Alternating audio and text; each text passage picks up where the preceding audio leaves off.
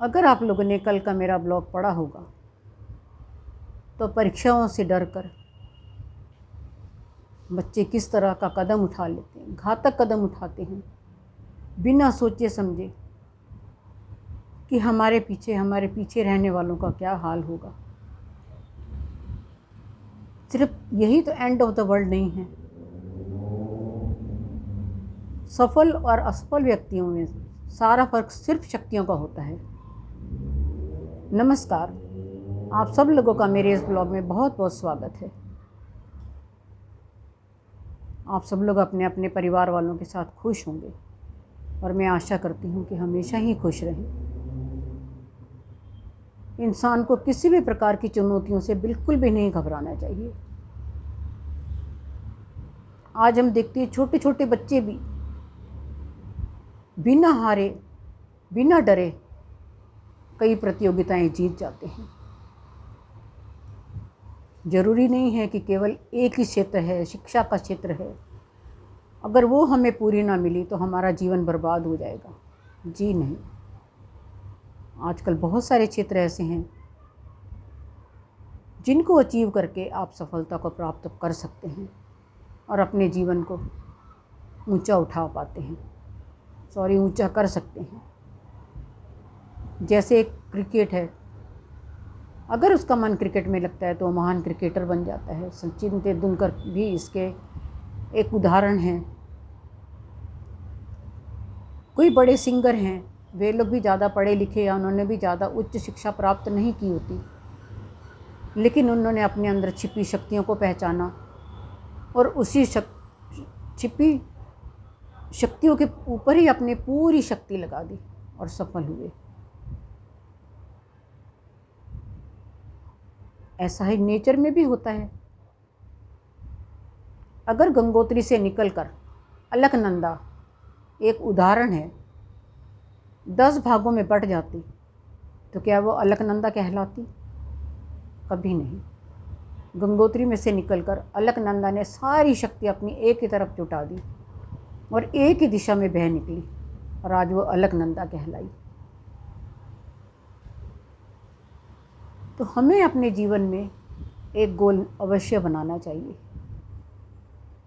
ऐसा गोल जिस दिशा में हम अपनी शक्तियाँ लगाकर उसी दिशा में आगे बढ़ते चलें तो हमें अवश्य ही सफलता मिलती है और हम अपना जीवन सफल बना पाते हैं।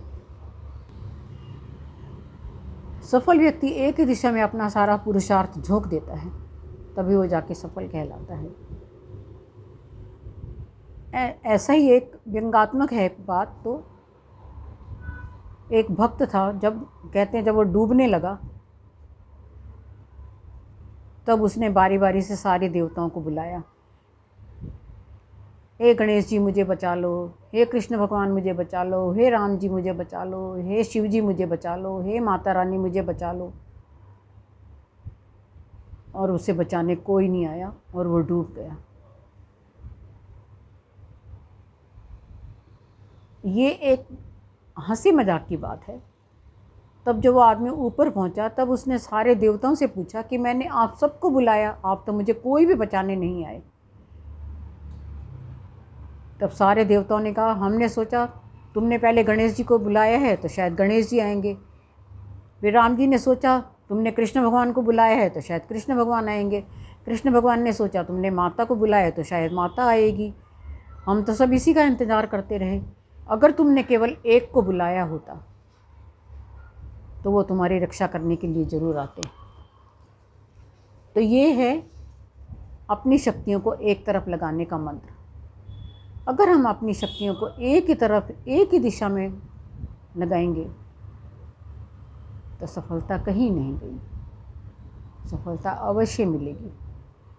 इसलिए जीवन में हर चुनौतियों का बिना डरे, बिना झिझके सामना करना और जब तक कुछ पा ना लो उसके लिए लड़ते रहना। ज़रूरी नहीं है कि हमें परफेक्ट होकर ही सिद्ध करना है कि हम परफेक्ट हैं। इससे तो आप तनाव में आ जाएंगे। परफेक्ट होना कोई मामूली बात नहीं है, उसके लिए बहुत सारी चीज़ें करनी पड़ती हैं।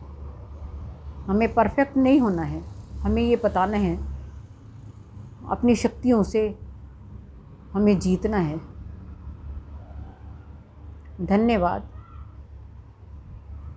लगता है मेरा ब्लॉग आपको पसंद आता होगा, तो आप इसे अवश्य सब्सक्राइब करें, लाइक करें और शेयर करें। धन्यवाद।